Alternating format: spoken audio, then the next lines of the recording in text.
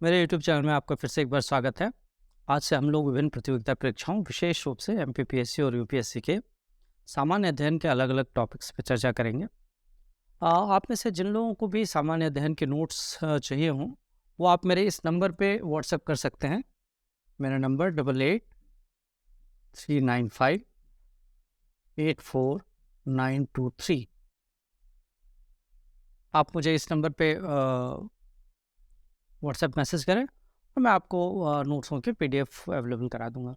चलिए, आज से हम लोग भारतीय संविधान से इसकी शुरुआत करते हैं। भारतीय संविधान क्या है, भारतीय संविधान किस तरह से भारतीय संविधान का निर्माण हुआ था, इन सभी मुद्दों पर चर्चा करेंगे। देखिए, भारतीय संविधान को पढ़ने से पहले हमें संविधान की छोटी छोटी जो चीज़ें होती हैं, छोटी छोटी जो बारीकियाँ होती हैं, छोटे छोटे जो फंडामेंटल्स हैं इसके, उसके बारे में ज़रूर जान लेना चाहिए। देखिए, भारतीय संविधान को पढ़ने से पहले हमें इस बात को समझना होगा कि राज्य क्या होता है, राज्य की अवधारणा क्या है, राज्य में सरकार, सरकार के तत्व क्या हैं, सरकार के अलग-अलग अंग क्या होते हैं, इन सभी चीज़ों के बारे में हम लोग विस्तार से चर्चा करेंगे। देखिए, सबसे पहले हम लोग राज्य के बारे में बात करेंगे कि राज्य क्या होता है। देखिए, प्राचीन काल से ही राज्य की अवधारणा हमारे भारतवर्ष में और संपूर्ण विश्व में जो है वो प्रचलित रही है। राज्य शब्द जो है, ये स्टेट का हिंदी रूपांतरण है और स्टेट शब्द स्वयं जो है वो एक वर्ड पोलिस से बना हुआ है, यूनानी शब्द है पोलिस, उससे बना हुआ है। बेसिकली यूनान में जो नगर हुआ करते थे उनको जो है पोलिस शब्द से जो है वो पुकारा जाता था।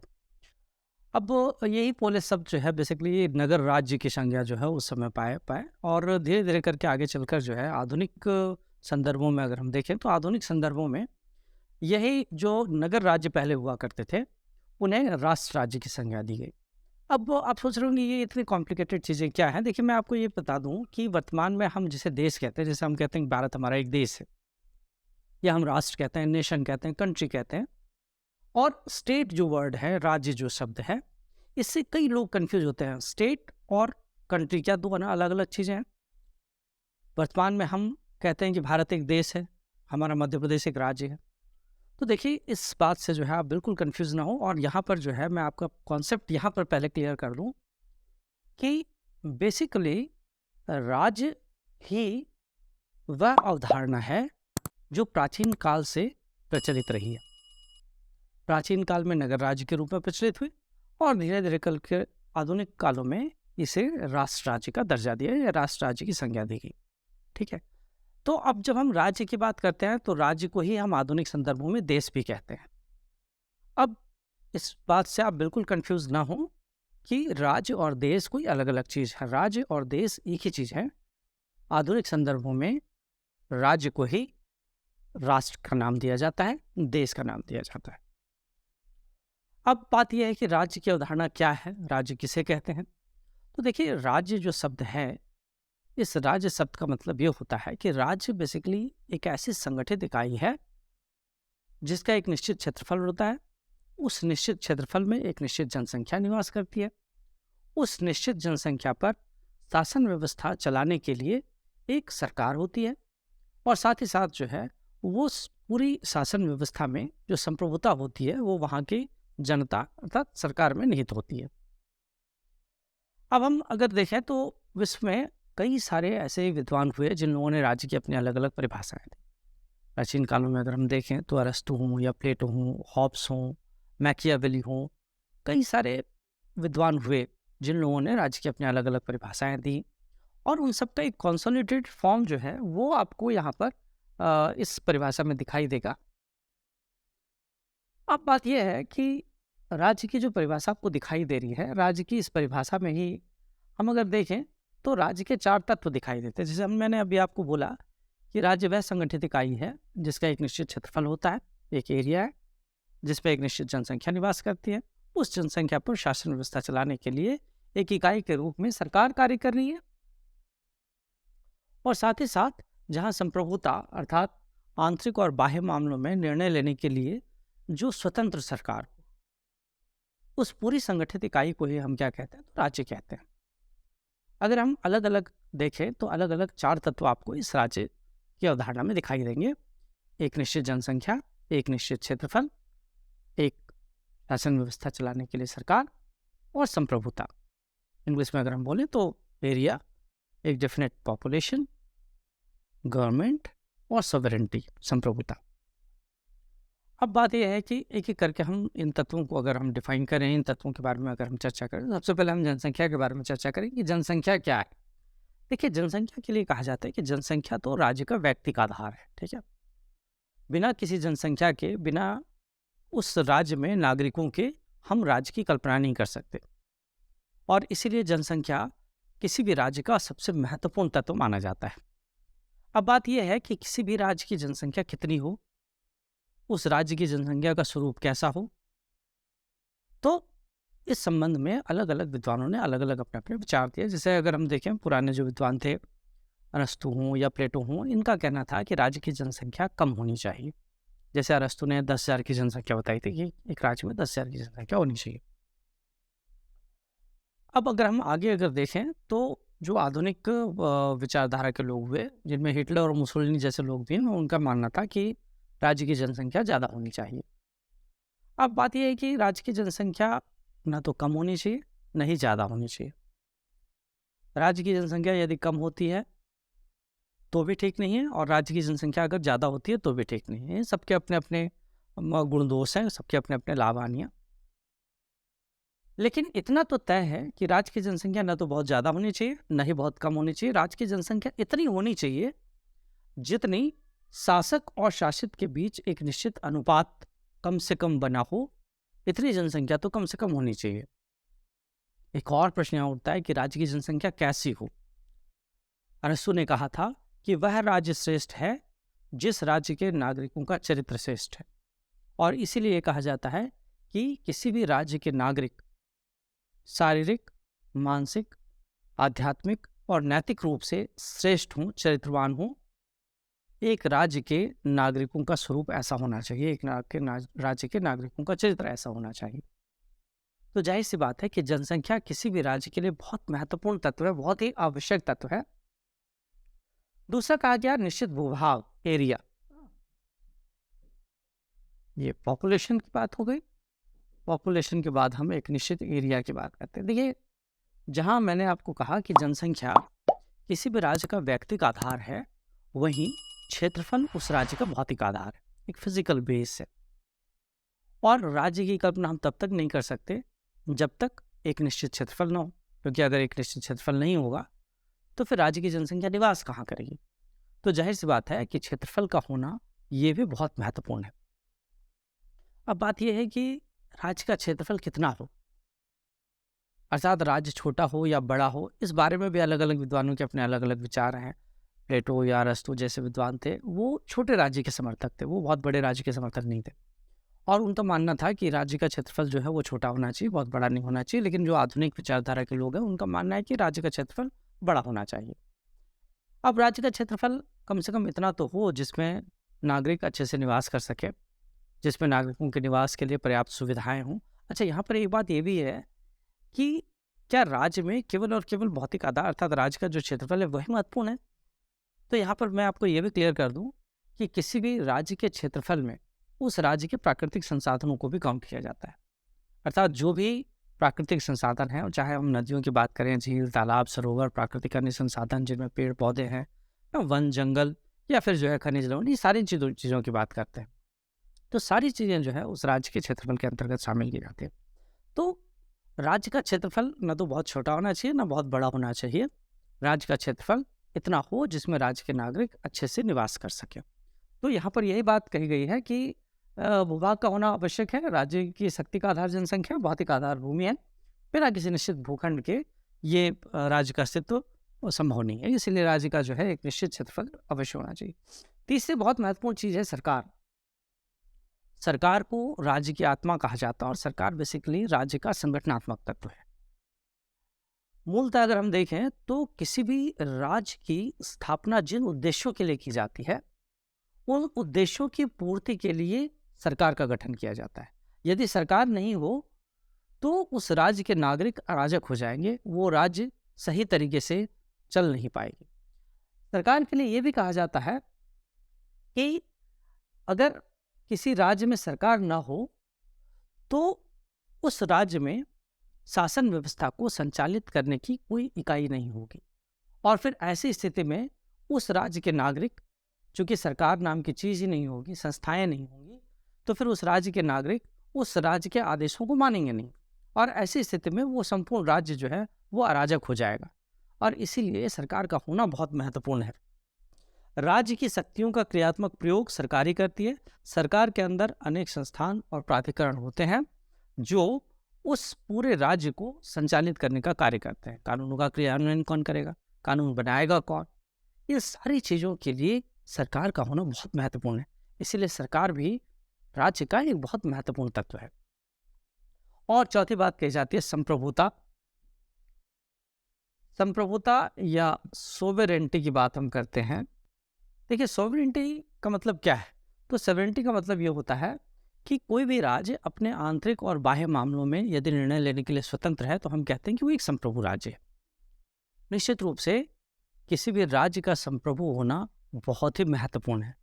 यदि कोई राज्य संप्रभु नहीं है तो इसका मतलब ये है कि वो किसी अन्य राज्य के या किसी अन्य राष्ट्र के अधीन है और वो निर्णय लेने के लिए स्वतंत्र नहीं है। यहाँ पर दो प्रकार की संप्रभुता देखने को मिलेगी। एक आंतरिक संप्रभुता की बात करते हैं और दूसरी हम बाह्य संप्रभुता की बात कहते हैं। देखिए, सबसे पहले हम आंतरिक संप्रभुता की बात यदि करें तो आंतरिक संप्रभुता का मतलब यह है कि किसी भी राज्य के अंदर कोई भी व्यक्ति या कोई भी समुदाय ऐसा नहीं हो सकता जो राज्य की बात न माने या जो राज्य के आदेशों के विरोध में कार्य करता हो। यदि ऐसा है तो फिर उस राज्य में आंतरिक संप्रभुता नहीं है। और बाह्य संप्रभुता की बात ये कही जाती है, बाह्य संप्रभुता का तात्पर्य जो है वो उस संप्रभुता से होता है जिसमें एक राज्य अपने विदेशी संबंधों का निर्धारण करने में बिल्कुल स्वतंत्र हो, जिसमें एक राज्य अपने स्वयं के वैदेशिक संबंधों के निर्णय लेने में स्वतंत्र हो। लेकिन यहाँ पर एक बात और भी है। बात यह है कि यदि कोई राज्य स्वेच्छा से किसी दूसरे राज्य के साथ कोई एग्रीमेंट करता है और उस एग्रीमेंट के तहत यदि वह कुछ प्रतिबंधों को मानता है, कुछ बंधनों को मानता है, तो हम ये नहीं कहेंगे कि उस राज्य ने अपनी संप्रभुता का खंडन किया है। इसीलिए यदि दो राज्यों के बीच कोई एग्रीमेंट होता है और उन दो राज्यों ने कुछ प्रतिबंधों को मानना स्वीकार कर लिया है, तो यह अपने आप में उस राज्य की संप्रभुता का खंडन नहीं है। तो अभी हमने देखा कि कुल मिलाकर राज्य के 4 तत्व होते हैं। 4 तत्वों के बारे में हम लोगों ने बात की। तो अभी आपको बात समझ में आई होगी कि ये राज्य क्या होता है। अब राज्य का एक बहुत महत्वपूर्ण तत्व है सरकार। सरकार, मैंने अभी आपसे बात की कि सरकार किसी भी राज्य को चलाने के लिए बहुत ही महत्वपूर्ण तत्व है। और सरकार जो है इसके अलग अलग अंग होते हैं। सरकार के 3 अंग मुख्य रूप से जो है दिखाई देते हैं: व्यवस्थापिका, कार्यपालिका और न्यायपालिका। Legislative, executive and judiciary body. सरकार का एक चौथा अंग मीडिया या प्रेस को भी कहा जाता है। अब देखिए, भारत के संविधान को पढ़ने से पहले, भारत के संविधान को समझने से पहले हम भारत के जो हमारे राजनीतिक प्रशासनिक संरचना है, एक जो हमारा पॉलिटिकल एडमिनिस्ट्रेटिव स्ट्रक्चर है, उसको हम जरूर समझें। क्योंकि जब तक हम इस स्ट्रक्चर को नहीं समझेंगे तब तक हम संविधान भी हमारी समझ में नहीं आएगा, है ना। तो इसलिए ज़रूरी है कि हम पहले ये इस स्ट्रक्चर को समझें। देखिए, अलग अलग देशों की व्यवस्थाएं अपने अलग अलग होती हैं। मुख्य रूप से अगर हम देखें तो अलग अलग देशों के व्यवस्थाओं को का अगर हम विस्तृत अध्ययन करें तो 3 प्रकार की व्यवस्थाएं दिखाई देती हैं। एक व्यवस्था जिसे हम परिसंघात्मक शासन व्यवस्था या कॉन्फेडरेशन सिस्टम कहते हैं, दूसरी व्यवस्था जिसे हम संघात्मक शासन व्यवस्था या फेडरल सिस्टम कहते हैं, और तीसरी शासन व्यवस्था जिसे हम एकात्मक शासन व्यवस्था या यूनिटरी सिस्टम कहते हैं। हम अगर अपने देश की बात करें, दूसरे देशों में जैसे हम अमेरिका की बात करें, वहाँ पे कॉन्फेडरेशन या फेडरेशन सिस्टम को अपनाया गया है, या ब्रिटेन की बात करें जहाँ यूनिटरी सिस्टम को अपनाया गया। भारत में यूनिटरी और फेडरल दोनों को मिलाकर एक क्वासी फेडरल सिस्टम अर्थात अर्ध संघात्मक शासन व्यवस्था को अपनाया गया है। और इस अर्ध संघात्मक शासन व्यवस्था, ये चीज़ें क्या होती हैं इसके बारे में हम डिटेल में अलग से डिस्कस करेंगे दूसरे वीडियोज़ में। अभी हम इतना समझें कि इस अर्ध संघात्मक शासन व्यवस्था में हमने पूरी व्यवस्था को 3 भागों में विभाजित कर रखा है। अर्थात हमारे देश की व्यवस्था की जो हायरार्की है वो केंद्र सरकार, राज्य सरकार और स्थानीय सरकार, सेंट्रल गवर्नमेंट, स्टेट गवर्नमेंट और लोकल गवर्नमेंट, इन 3 भागों में हमने विभाजित कर रखा है। क्योंकि मैंने आपको पहले ही बताया कि सरकार के 3 अंग होते हैं: व्यवस्थापिका, कार्यपालिका और न्यायपालिका। एक चौथा अंग मीडिया या प्रेस के रूप में भी जाना जाता है। तो हम इन तीनों अंगों की बात करेंगे। केंद्र सरकार की अपनी अलग व्यवस्थाएं होती हैं, राज्य सरकार की अपनी अलग व्यवस्था और स्थानीय सरकारों की अपनी अलग व्यवस्थाएं होती हैं। सबसे पहले हम केंद्र सरकार की बात करेंगे। देखिए, केंद्र सरकार में जैसे मैंने आपको पहले बताया कि केंद्र सरकार में व्यवस्थापिका, कार्यपालिका और न्यायपालिका होगी। अलग-अलग देशों में ये पूरी व्यवस्था अलग-अलग होती है। हमारे देश में हमने क्या किया हुआ है कि हमने केंद्र सरकार की व्यवस्थापिका और कार्यपालिका और राज्य सरकार की व्यवस्थापिका और कार्यपालिका को तो अलग कर रखा है। अर्थात केंद्र सरकार की अपनी अलग व्यवस्था होगी, व्यवस्थापिका और कार्यपालिका की, राज्य सरकार की अपनी अलग व्यवस्था होगी, व्यवस्थापिका और कार्यपालिका की। लेकिन हमारे देश की एक बहुत महत्वपूर्ण जो पेक्युलियरिटी है वो ये है कि हमने अपने यहाँ न्यायपालिका को एकीकृत करके रखा हुआ है। अर्थात हमारी एक न्यायपालिका इंटीग्रेटेड न्यायपालिका एक इंटीग्रेटेड जुडिशरी है, जिसके शीर्ष पर सुप्रीम कोर्ट है, उसके नीचे हाई कोर्ट है, उसके नीचे लोअर कोर्ट्स हैं, उसके नीचे डिस्ट्रिक्ट कोर्ट, सेशंस कोर्ट, इस तरह की पूरी व्यवस्था हमारी है। तो हम एक-एक करके सब पर चर्चा करेंगे। देखिए, सबसे पहले हम लोग बात केंद्र सरकार की करते हैं। देखिए, सबसे महत्वपूर्ण चीज़ है केंद्र सरकार। हमारे देश में केंद्र सरकार ये बहुत महत्वपूर्ण चीज़ है, इसलिए क्योंकि पूरे देश पर नियंत्रण जो है वो ओवरऑल नियंत्रण इसी केंद्र सरकार का ही होता है ना? केंद्र सरकार या सेंट्रल गवर्नमेंट की अपनी अलग व्यवस्थाएं होती हैं, जिसमें सेंट्रल गवर्नमेंट में व्यवस्थापिका, कार्यपालिका और न्यायपालिका है, जिसको मैंने आपको पहले बताया कि न्यायपालिका जो है हमारे इंटीग्रेटेड है। तो हम अभी पहले बात करेंगे व्यवस्थापिका और कार्यपालिका की। हमारी व्यवस्थापिका लेजिस्लेटिव बॉडी जो है, इसे हम संसद के नाम से जानते हैं। देखिए, अलग अलग देशों की अपनी अलग अलग व्यवस्थापिकाएं हैं। हर देश की अपनी अलग व्यवस्थापिका होती है। जैसे अगर हम बात करें अमेरिका में इसे कांग्रेस के नाम से जाना जाता है, रूस में इसे ही ड्यूमा कहते हैं, जापान में इसे को डाइट कहते हैं, अफगानिस्तान में शूरा के नाम से इसे जाना जाता था। अब अभी अगर हम देखें, भूटान में इसी को सोंगडू कहते हैं, नेपाल में राष्ट्रीय पंचायत कहते हैं, बांग्लादेश में जातीय संसद कहते हैं। अलग अलग नामों से इसे अलग अलग देशों में पाया जाता है। लेकिन हमारे देश में जो है, अगर आप देखेंगे तो हमारे देश की व्यवस्थापिका लेजिस्लेटिव बॉडी को हिंदी और इंग्लिश दोनों में अलग अलग नामों से जाना जाता है। किसी भी देश की व्यवस्थापिका या किसी भी देश के लेजिस्लेटिव बॉडी को इस तरह से अलग अलग भाषाओं में अलग अलग नाम से नहीं पुकारते। हमारे देश में हम हिंदी में इसे संसद कहते हैं और इंग्लिश में इसे पार्लियामेंट कहते हैं। मैंने अभी आपको जितने देशों के पार्लियामेंट बताया, इन सभी देशों में मैंने दो नाम बिल्कुल नहीं बताया, कहीं नहीं बताया। अमेरिका में कांग्रेस कहते हैं तो कांग्रेस ही कहते हैं, उसका कोई दूसरा नाम नहीं है। रूस में अगर हम ड्यूमा कह रहे हैं तो ड्यूमा ही कहते हैं, कोई दूसरा नाम नहीं है। जापान में डाइट कह रहे हैं तो डाइट ही कहते हैं, कोई दूसरा नाम। लेकिन भारत में अगर हम देखें तो हिंदी में हम संसद कहते हैं, इंग्लिश में हम पार्लियामेंट कहते हैं। हाँ, खैर कोई बात नहीं। हम देखते हैं कि हमारी जो व्यवस्थापिका है, हमारा जो संसद है, ये 3 अंगों से मिलकर बना हुआ है: राष्ट्रपति, लोकसभा और राज्यसभा।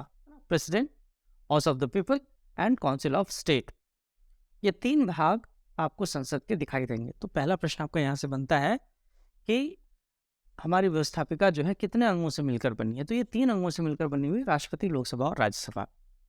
अब राष्ट्रपति क्या है? तो देखिए, राष्ट्रपति जो है वो हमारे देश के मुखिया है। हमारे देश के नॉमिनल हेड भी इनको कहते हैं। हमारे देश के कॉन्स्टिट्यूशनल हेड, संवैधानिक प्रधान भी इनको कहा जाता है। इन्हीं को डी ज़्योर भी कहा जाता है। देखिए, हर देश का अपना एक मुखिया होता है। जैसे आप अपने परिवार में देखिए, हमारे भारत में जो परिवार हैं, जो संयुक्त परिवार व्यवस्था हमारे यहाँ प्रचलित है, उसमें अगर आप देखेंगे तो हमारे एक दादाजी होते हैं। जो दादाजी हैं वो बेसिकली जो है उस परिवार के मुखिया होते हैं। इसी तरह से अगर हम देखें तो राष्ट्रपति, प्रेसिडेंट जो है वो हमारे देश के मुखिया है। और जितने भी नियम कानून किसी भी परिवार में अगर आप देखेंगे तो जितने भी नियम कानून बनते हैं उस परिवार को चलाने के लिए, है ना, वो सारे नियम कानून दादाजी के द्वारा बनाए गए हैं, है ना। और हम जितने भी लोग हैं, नीचे के लोग, पिताजी हों या हम हों या हमसे भी नीचे और जो लोग होंगे, वो सब उन्हीं नियमों कानूनों को फॉलो करते हैं। इसी तरह से हमारे देश में भी जो हमारी लॉ मेकिंग बॉडी है, उसका प्रधान जो है वो राष्ट्रपति ही है। और कोई भी कानून जो है, कोई भी नियम, कोई भी नीति वगैरह जो होती हैं, वो सब राष्ट्रपति के हस्ताक्षर के बाद ही वो कानून बनती है और उसी को हम लोग भी फॉलो करते हैं। तो जाहिर सी बात है कि राष्ट्रपति जो है हमारे देश का संवैधानिक प्रधान होता है। दूसरा जो है लोकसभा या हाउस ऑफ द पीपल है। हाउस ऑफ द पीपल को ही लोअर हाउस या निम्न सदन के नाम से भी जानते हैं। लोअर हाउस 552, इसकी कुल सदस्य संख्या जो है वो 552 है मैक्सिमम। वर्तमान में इसकी सदस्य संख्या 545 या 545 हुआ करते थे, जिसमें से 543 सदस्य जो थे ये अलग अलग राज्यों और केंद्र शासित प्रदेशों से चुनकर आते थे। और 2 सदस्य जो हुआ करते थे एंग्लो इंडियन सदस्य हुआ करते थे। इन एंग्लो इंडियन सदस्यों का नॉमिनेशन राष्ट्रपति के द्वारा किया जाता था।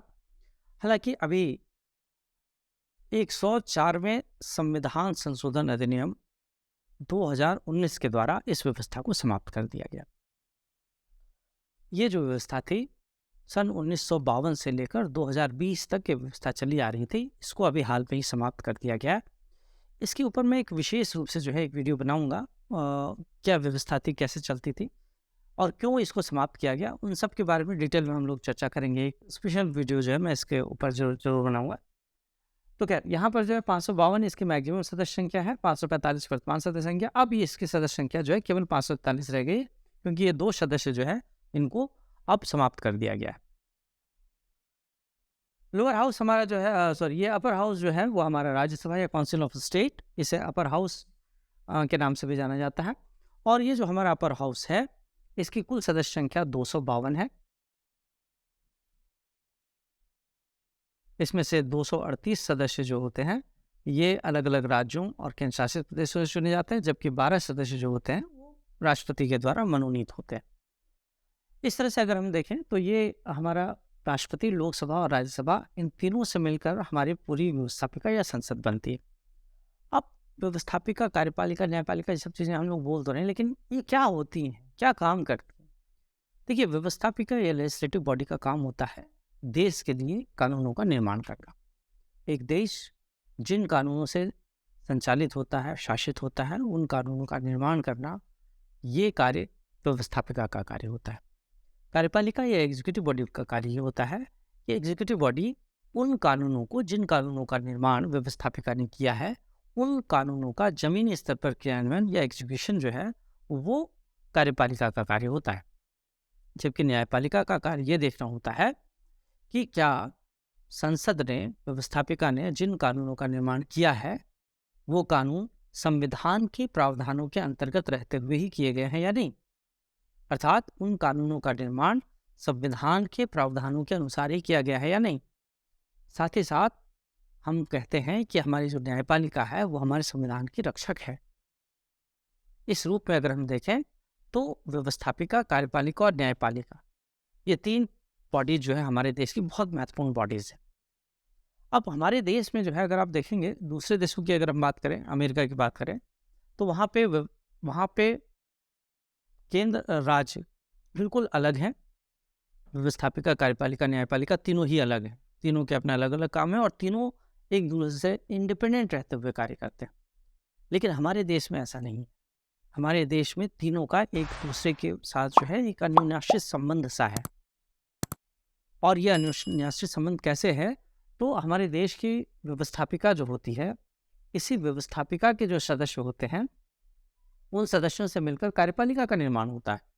और कार्यपालिका के जो सदस्य हैं, इन कार्यपालिका के सदस्यों के द्वारा ही इस न्यायपालिका के सदस्यों का चुनाव होता है। अर्थात ये जो कार्यपालिका होती है वही न्यायपालिका के सदस्य जो है वो उनकी नियुक्ति करती है।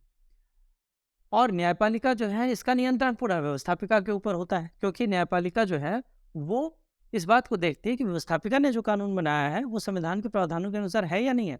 इस तरह से अगर हम देखें तो हमारी इस पूरे सिस्टम में एक चेक एंड बैलेंस का सिस्टम है। अर्थात तीनों ही बॉडी जो है एक दूसरे के ऊपर चेक भी रखती है और इस प्रकार से पूरे देश में जो है एक बैलेंस, एक समन्वय जो है वो बना रहता है। इस तरह की पूरी व्यवस्था जो है वो विश्व के किसी भी अन्य देश के संविधान में आपको दिखाई नहीं देगी। और यही जो है हमारे देश के संविधान की यूनिकनेस हम कहें अगर, तो यही जो है हमारे देश के संविधान में एक यूनिक फीचर देखने को मिलता है। खैर, ये हम लोगों ने अभी व्यवस्थापिका की बात की। अब हम लोग जो है केंद्र सरकार की कार्यपालिका की बात करेंगे। देखिए, कार्यपालिका वो बॉडी है जो व्यवस्थापिका के द्वारा निर्मित नीतियों, कानूनों का क्रियान्वयन करती है।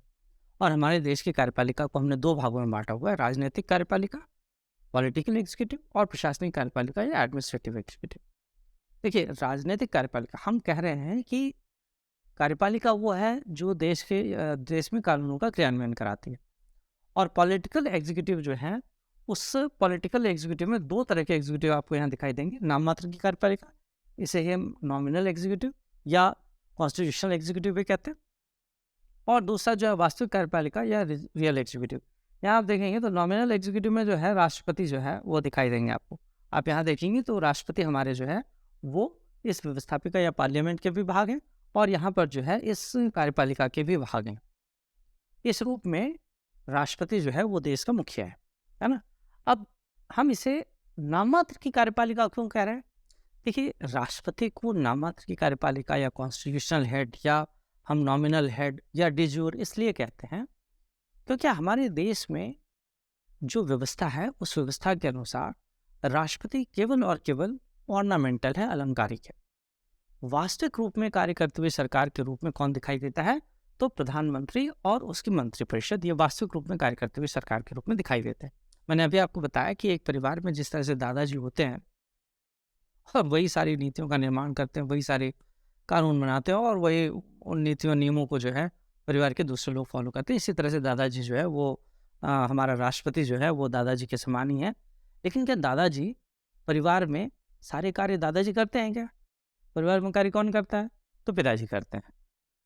इसी तरह से हमारे देश का जो राष्ट्रपति है वो दादाजी की तरह एक्ट करते हैं और वो सारे कानूनों का निर्माण कर देते हैं, लेकिन उन कानूनों को वास्तविक रूप में क्रियान्वित करने का काम कौन करते हैं? तो ये हमारी जो वास्तविक कार्यपालिका है, रियल एग्जीक्यूटिव है, प्रधानमंत्री, प्राइम मिनिस्टर और उनकी काउंसिल ऑफ मिनिस्टर्स, ये लोग जो है वास्तविक रूप में काम करते हुए सरकार के रूप में दिखाई देते हैं। तो यहाँ पर जो है नाममात्र कार्यपालिका हमारे राष्ट्रपति हैं, जबकि वास्तविक कार्यपालिका हमारा रियल एग्जीक्यूटिव जो है प्रधानमंत्री और मंत्रिपरिषद है। अब प्रशासनिक कार्यपालिका क्या है फिर? देखिए, जिन नीतियों के क्रियान्वयन की बात मैंने अभी आपसे की कि कार्यपालिका जो है वो संसद के द्वारा निर्मित नीतियों का क्रियान्वयन करती, योजनाओं का क्रियान्वयन करती। लेकिन क्या प्रधानमंत्री, उनके मंत्रिपरिषद, उनके मंत्रीगण वो क्या जमीनी स्तर पर जाकर, निचले स्तरों पर जाकर नीतियों का क्रियान्वयन कर रहे हैं क्या? जैसे एक फॉर एन एग्जाम्पल हम बात करें, अभी कुछ दिनों पहले ही जो है एक कानून बनाया गया कि भाई सार्वजनिक स्थलों पर सिगरेट पीना या धूम्रपान करना मना है। तो क्या हमारे प्रधानमंत्री ज़मीन पर, सड़कों पर उतर कर देखेंगे क्या कि कौन व्यक्ति सिगरेट पी रहा है या कौन व्यक्ति धूम्रपान कर रहा है, उसको रोकेंगे? ऐसा होगा क्या? तो ऐसा तो नहीं होगा। प्रधानमंत्री तो ऐसा करने नहीं आएंगे। तो फिर कौन सी ऐसी बॉडी होगी जो वास्तव में जमीनी स्तर पर उन कानूनों का क्रियान्वयन करा रही है? तो उसके लिए हमारी प्रशासनिक कार्यपालिका हो।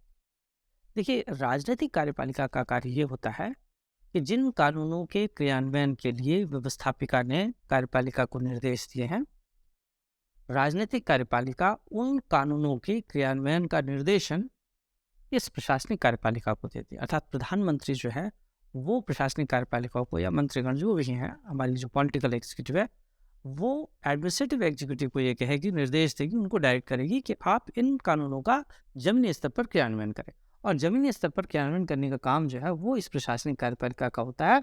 और प्रशासनिक कार्यपालिका में कौन शामिल होता है? तो प्रशासनिक कार्यपालिका में वो सारे लोग शामिल होते हैं जो एडमिनिस्ट्रेटिव ऑफिसर्स हैं या जो एडमिशन में ऊपर से लेकर निचले स्तर तक काम कर रहे हैं, जिन्हें हम ब्यूरोक्रेट्स के नाम से जानते हैं, जिन्हें हम नौकरशाह के नाम से जानते हैं। ऊपर से लेकर नीचे तक की व्यवस्था अगर हम देखें तो केंद्र सरकार में कैबिनेट सचिव से लेकर और नीचे तक के जितने भी अधिकारी, कर्मचारी और नीचे चपरासी तक के लोग हैं, ये सारे लोग अपने आप में प्रशासनिक कार्यपालिका है।